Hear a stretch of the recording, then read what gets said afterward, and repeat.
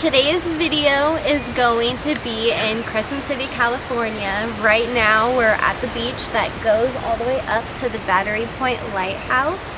And yeah, we're gonna go up there and talk about some history, and there's been lots of ghost encounters and stuff up there. You're still getting food after this. Oh yeah. Oh look, some glass.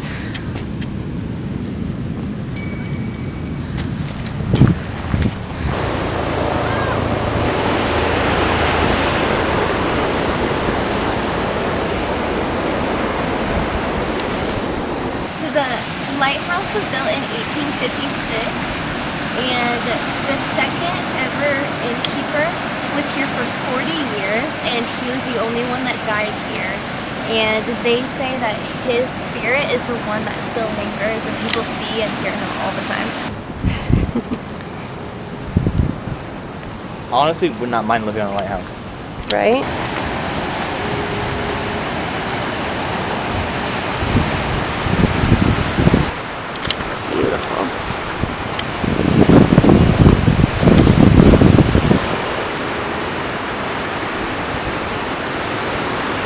Imagine being at one of those blues.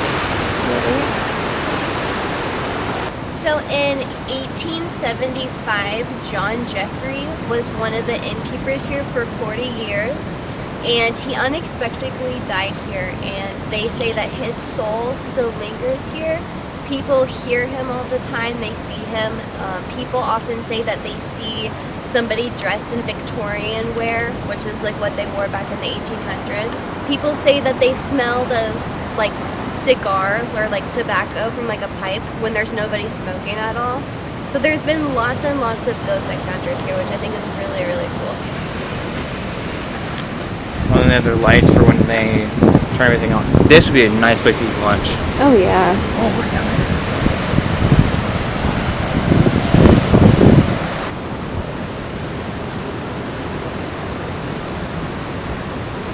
So from 1989 till 2025 to this day, from here, there has been 5 shipwrecks all around this coastal area around us, and there has been 16 reported drownings.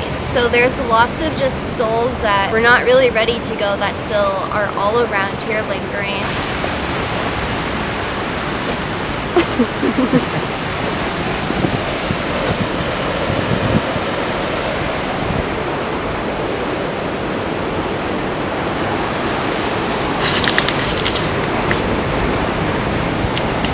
In 1964, there was an insane tsunami that hit Crescent City. There was 2 innkeepers that were married, Peggy, Coons, and I forget the husband's name, but they were the keepers here, and they woke up in the middle of the night to crazy waves going on, and they were stuck here on the island whenever they watched the whole entire city get swept into the ocean. There were people that died, and it was just really, really unfortunate. But the lighthouse got no damage at all, and it completely survived. Peggy, which is the wife who lived here after the tsunami, she would hear wet footsteps come from the rocks down here and would hear child's voices. And when she would go down there to go check and see if somebody needed help, there was never anybody there. So she believed it was some of the spirits that are from either shipwrecks or from the tsunami.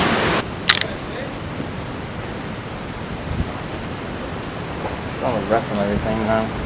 I know. It's been here forever. Battery Point Lighthouse.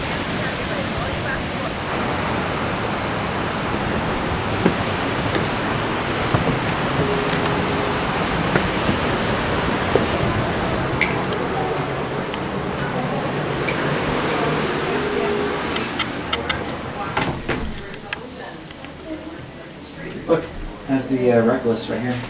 The ships that have wrecked. Want to do a tour? Sure.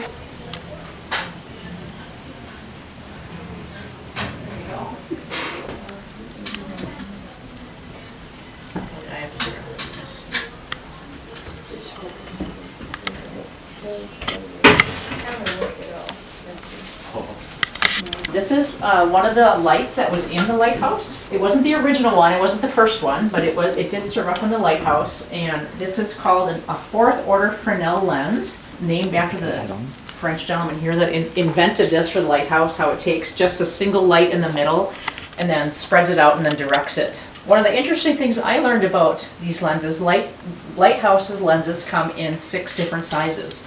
They come from a first order Fresnel down to a 6. The first is the biggest, so this is a 4th, and the one that's up there now is a 5th. Here, I'm gonna put this back. Oh yeah, maybe she's showing it there. So this is the parlor where they would, and this was kind of a dining room, living room.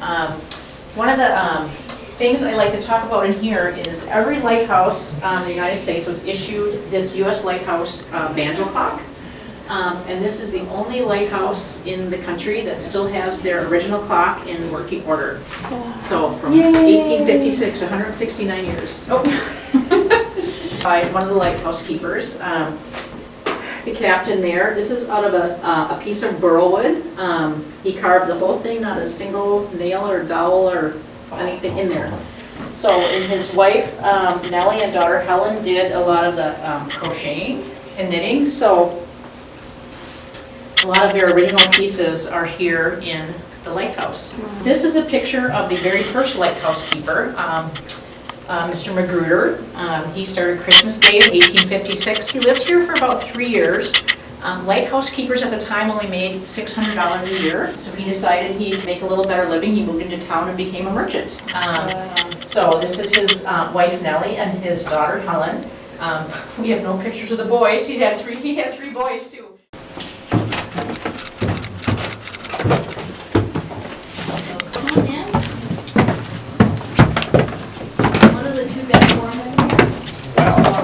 This is insane.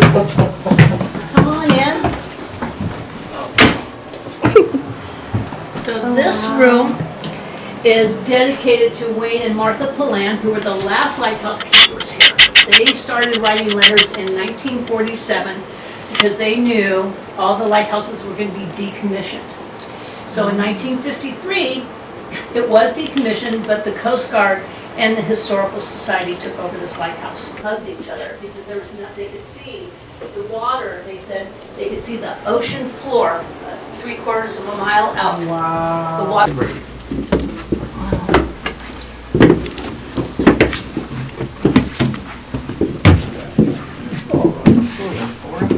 Yeah, that's a perfect.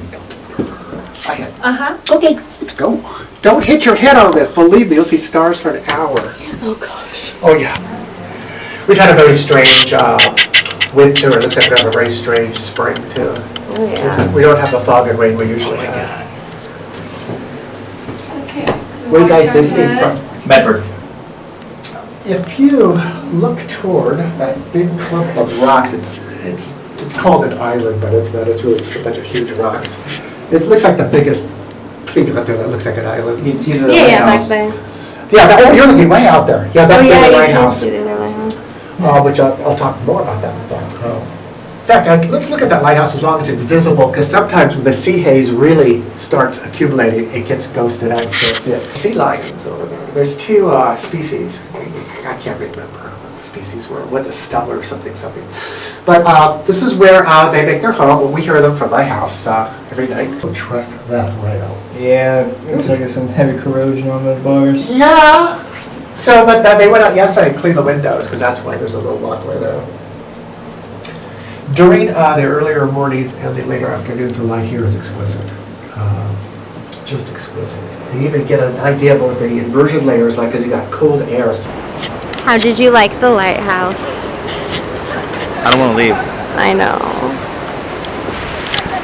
So we were just outside of the lighthouse, and that was the coolest thing ever. We literally don't want to leave.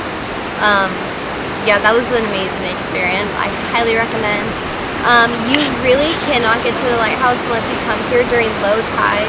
So make sure you go on Google and you look up when low tide is and come here for a tour, because that was awesome. Anyways, okay, so there has been people that said who literally have came here for the tours, who have been like tapped on their shoulder and stuff from the ghosts and spirits that still linger here. So If you are interested in anything like that, I would highly recommend coming here. Honestly, the energy feels amazing here, and yeah. That's a wrap.